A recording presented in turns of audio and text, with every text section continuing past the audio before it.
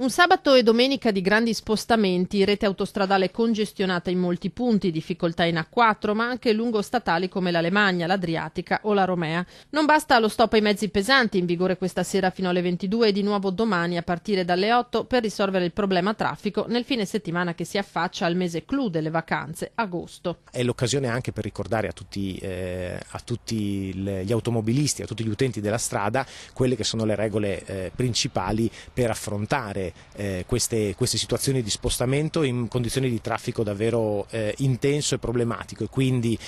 la massima concentrazione alla guida, l'assoluto divieto di utilizzare bevande alcoliche o sostanze stupefacenti, neanche a dirlo, e comunque la massima concentrazione nella guida, l'utilizzo di tutti i dispositivi di protezione, quindi le cinture di sicurezza anche nei sedili posteriori, la velocità moderata, ed evitare di distrarsi visto il dilagare di incidenti causati dall'uso dello smartphone alla guida.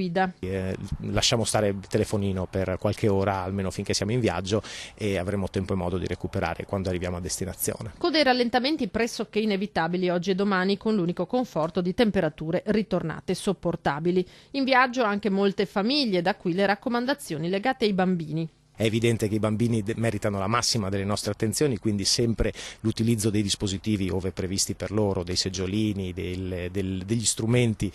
per la loro circolazione, le cinture allacciate sempre, e una raccomandazione a tutti coloro che sono in macchina con loro che alle volte conviene sopportare magari anche un pianto o un'urlata o un rumore di troppo, piuttosto che cercare qualche manovra dai sedili anteriori a quelli posteriori per evitare